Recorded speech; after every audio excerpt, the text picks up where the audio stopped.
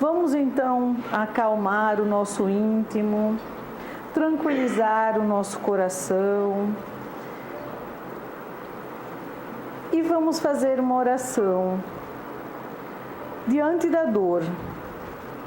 Mestre, diante da dor que nos surge, por indispensável corrigenda ao espírito rebelde, que nos submetamos aos teus desígnios sem reclamar. Auxilia-nos a silenciarmos toda queixa e a não conservarmos qualquer traço de mágoa no coração. Compreendamos que a dificuldade nos torna mais fortes e que a lágrima nos faz melhor enxergar o caminho a ser percorrido. Não nos deixes, Senhor, viver apenas em função do próprio sofrimento. Quantos, neste exato momento, estarão suportando dores maiores e mais lacinantes do que as nossas?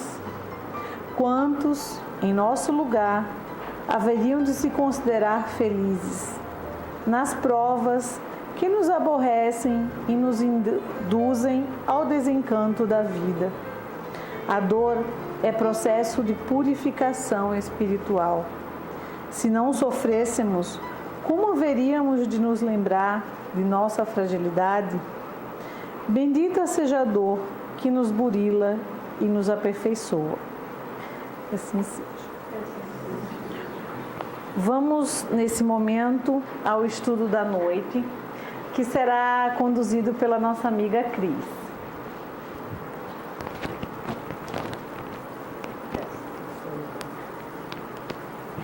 Que a gente preparou surpresa, então eu vou usar o microfone dela excepcionalmente hoje.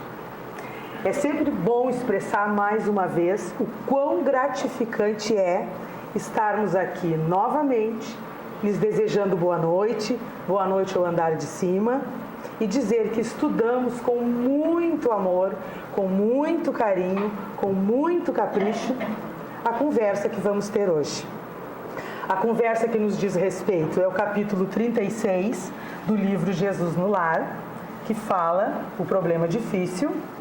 O nosso estudo é baseado no livro, nas doces palavras de Meimei, pelas mãos de Chico Xavier, e, claro, pelo Evangelho de Kardec, o nosso livro de cabeceira, o nosso maior livro de ensinamentos.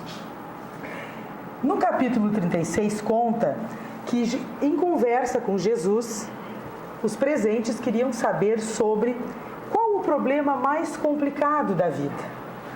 Qual o problema de maior dificuldade no cotidiano daquela época. Jesus, como sempre, falava por parábolas e contou que existiu um homem muito sábio, muito estudado, que certa vez os filhos chegaram para ele. Ele tinha 3 filhos e lhe perguntou qual era o problema mais complicado de se resolver no caminho da vida. Durante todo o nosso percurso, qual seria o problema mais difícil? O sábio, então, distribuiu 3 tarefas para os 3 filhos. Um deveria carregar um vaso de argila precioso e entregar em determinado local.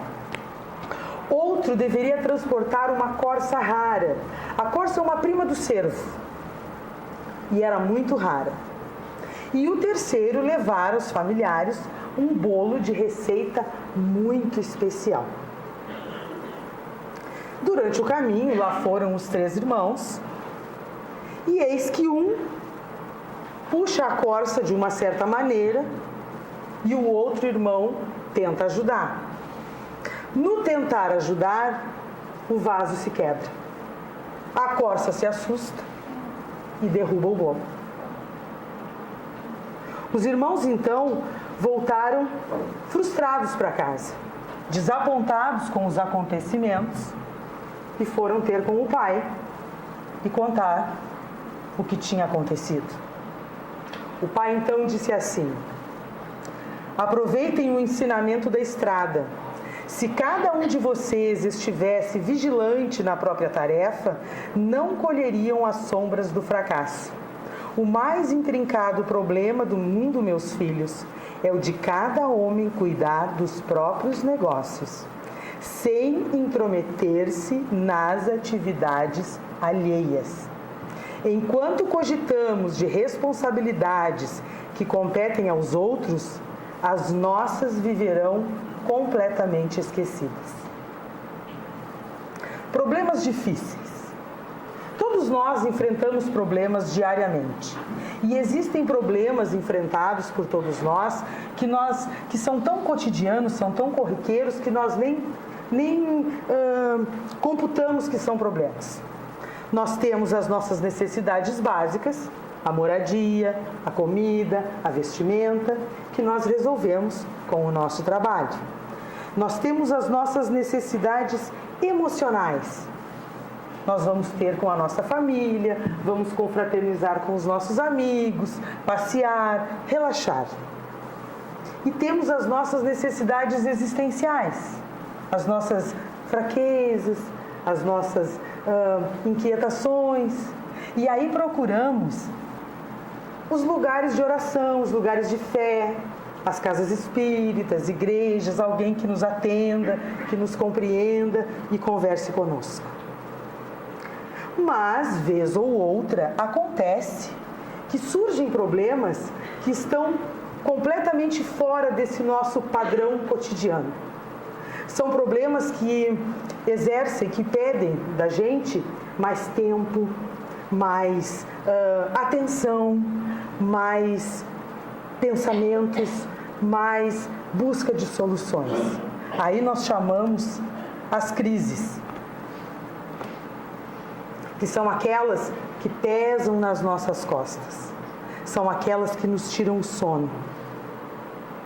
E é nesta hora que nós começamos a notar, se pararmos para pensar, que vivemos procurando resolver o problema dos outros. Porque para os outros nós sempre temos um pitaco a dar, uma solução a auxiliar, e quando chega na nossa hora, nós nos desesperamos. Diz a lei da física que todos os corpos sofrem o princípio de inércia, de ficarem parados.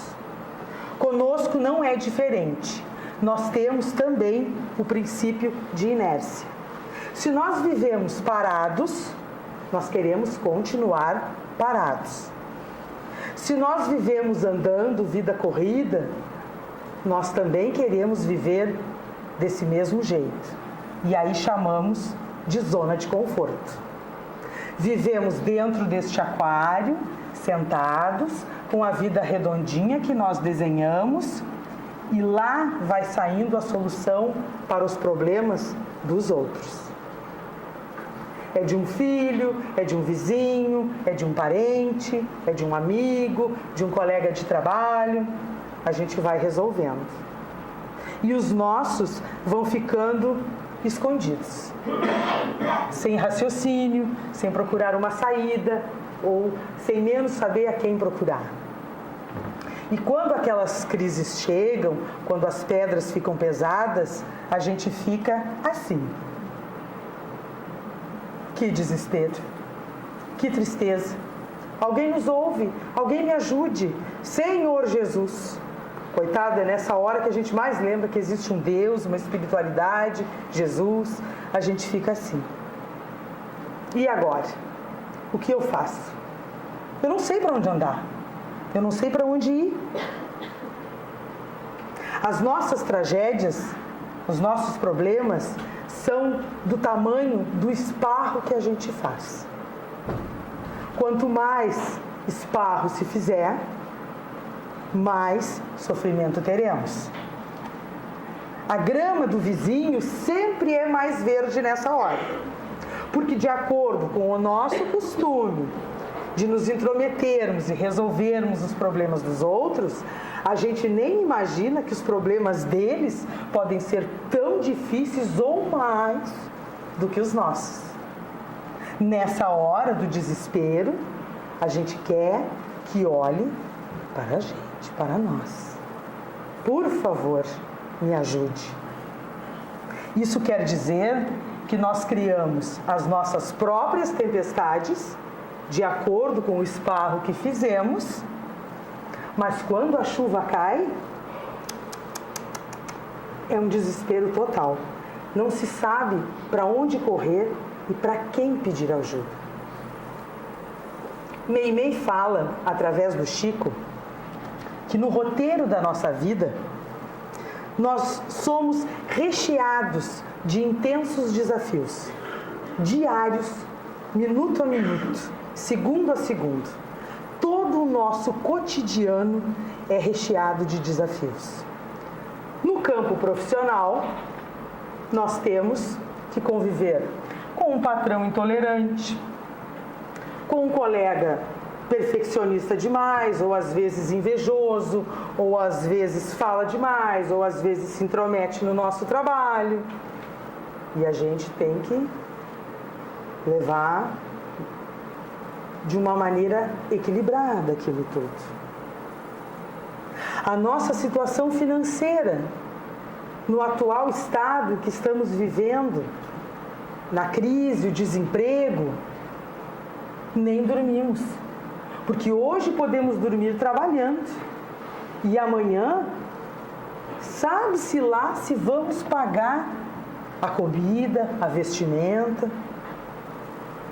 A vida psicológica, a vida social, cada dia está mais difícil. Nós não podemos tomar um mate na avenida, olhar as caturritas, porque roubam celulares. Nós não podemos sair à noite para jantar sem estarmos preparados.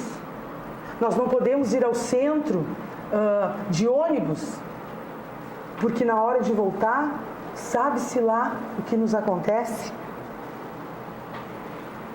E por fim, eu deixei o nosso problema mais difícil. Quem riu? Não podemos rir.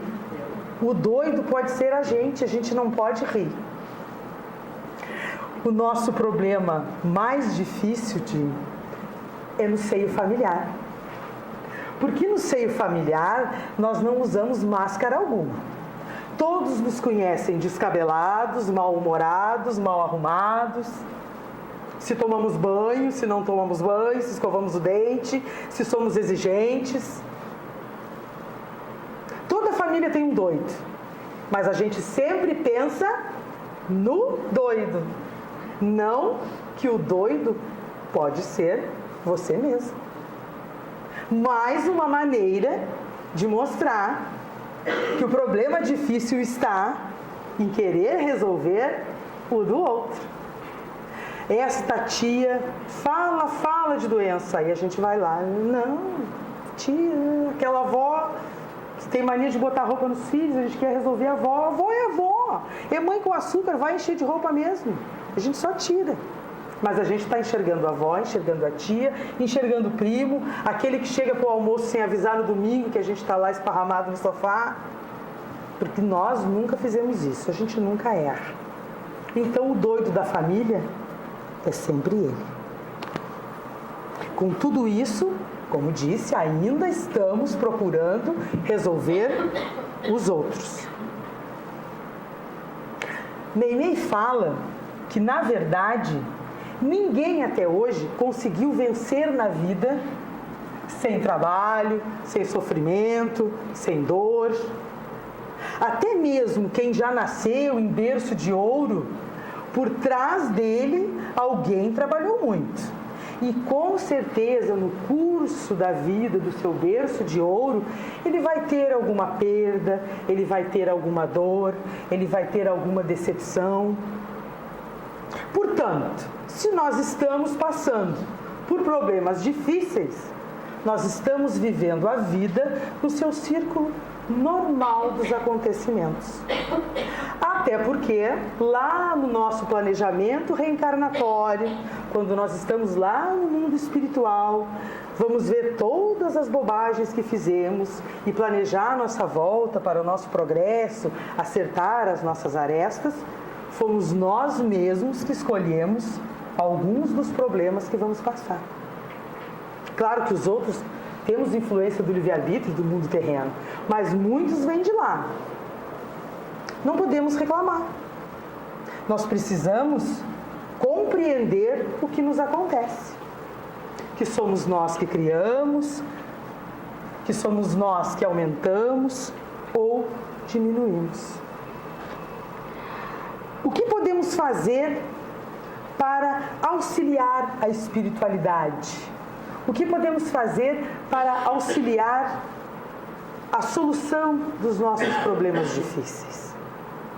Nós sabemos, quando procuramos a fé, quando procuramos atendimento na casa espírita, quando os católicos procuram se confessar, todos nós sabemos que Deus, Senhor do Universo, é energia do bem. E se nós sabemos que tudo é energia, sabemos que a energia nos contagia, para o bem ou para o mal. Então, como ajudar a espiritualidade? Cuide dos seus pensamentos. A nossa amiga Denise, que está lá no fundo, amiga querida, que fez a exposição semana passada, nos disse: Deus não nos dá problema algum sem solução. Ele criou o nosso mundo, o nosso universo perfeito. Tudo se encaixa. Se nós pararmos para ver a natureza, a fonte de alimento, a fonte de vestimenta, nós estragamos. Usando o nosso livre-arbítrio, que também nos foi dado, o direito de escolha, escolhendo as coisas da maneira mais difícil. Não se queixe, não se lastime, não fique falando em problemas o tempo todo.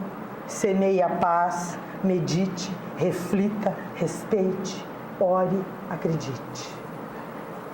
Se fecharmos os olhos e ficarmos ouvindo queixas, lástimas, problemas, e se eu ficar falando cada vez mais rápido, queixas, lástimas, problemas, negatividade, traição, corrupção, a energia que atraímos não é boa.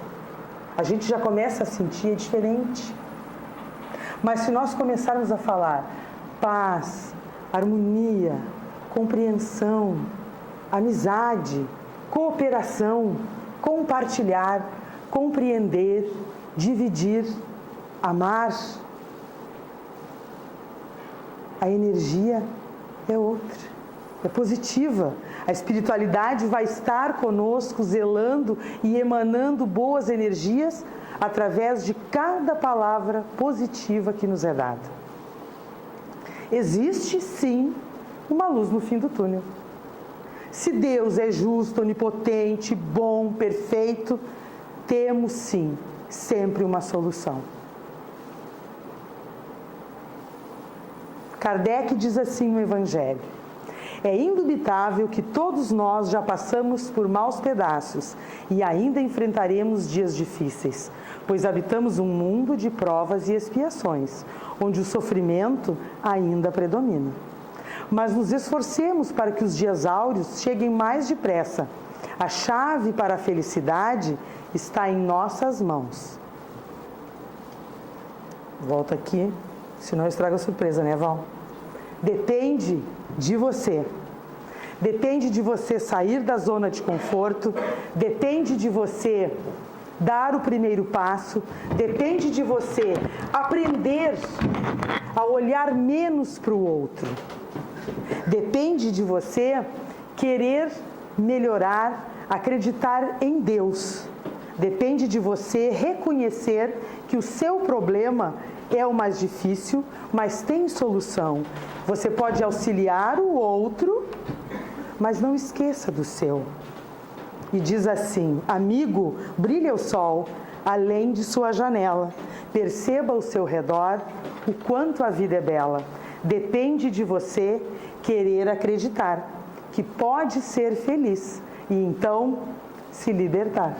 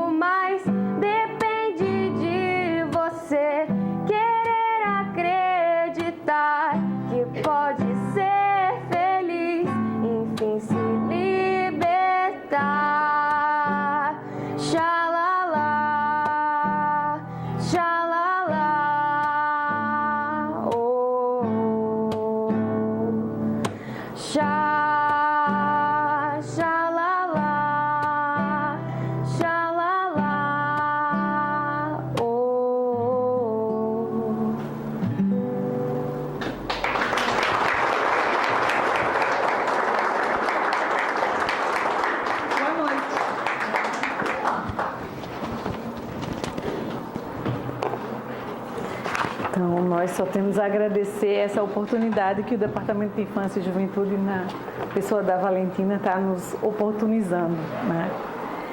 E vamos finalizar com uma prece, né?